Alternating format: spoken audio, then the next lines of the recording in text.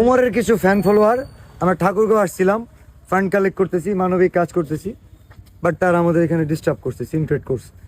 আমরা 22,000 টাকা তুলতে পারছি, এখানে হয়তো লাখখানিক টাকা বা আর 100 টাকা হলেও বেশি তোলা যেত। অ্যান্ড উমর এটার মধ্যে জড়িত, হয়তো ঠাকুরগাঁও আসছে, পোস্ট দেখছে, তার কিছু ফ্যান ফলোয়ারকে বলছে যে বিলাল ভাই যাচ্ছে অথবা যাবে, ডিস্টার্ব করো যাতে কাজ না করতে পারে।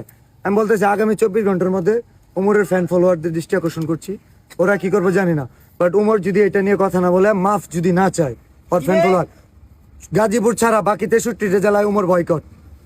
অ্যান্ড এর পরবর্তীতে উমরের সাথে যদি কিছু হয়, থটস অফ বিলাল দায়ী না, কারণ থটস অফ বিলাল মানবিক কাজ করব, তার ফ্যান ফলোয়ার যদি এইসব কাজে বাধা দেয়, উমরের জন্য বাকি 63টা জেলা আমি বন্ধ করে দিতে পারবো। এটা লাস্ট ওয়ার্নিং উমর, এটা তোমার জন্য লাস্ট ওয়ার্নিং। বাকি 63 জেলা তুমি পা রাখতে পারবে না। তোমার ফ্যান ফলোয়ারদের এখনো সময় আছে, তুমি বলবো, আগে তোমার মানুষ হওয়ার দরকার, তোমার আগে মানুষ হওয়ার দরকার, ঠিক আছে?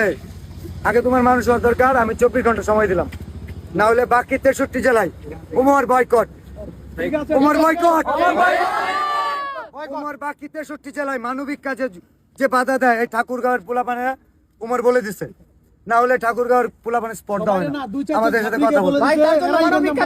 একজন যদি বলে আমার যদি কোনো ফ্যান ফলোয়ার মানবিক কাজে বাধা দেয়, সেটার দায় আমার নিতে হবে।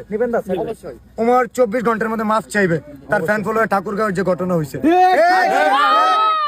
না, আর যদি না হয় গাজীপুর তার এলাকায়, এটা ছাড়া বাকি 63 জেলায় উমরকে ওপেন চ্যালেঞ্জ, আমি বয়কট। কারণ উমর প্রবেশ করতে পারবে না বাংলাদেশের কোনো জেলায়। এটা চ্যালেঞ্জ না, এটা মানবিক কাজে বাধা দেওয়ার জন্য তার শাস্তি।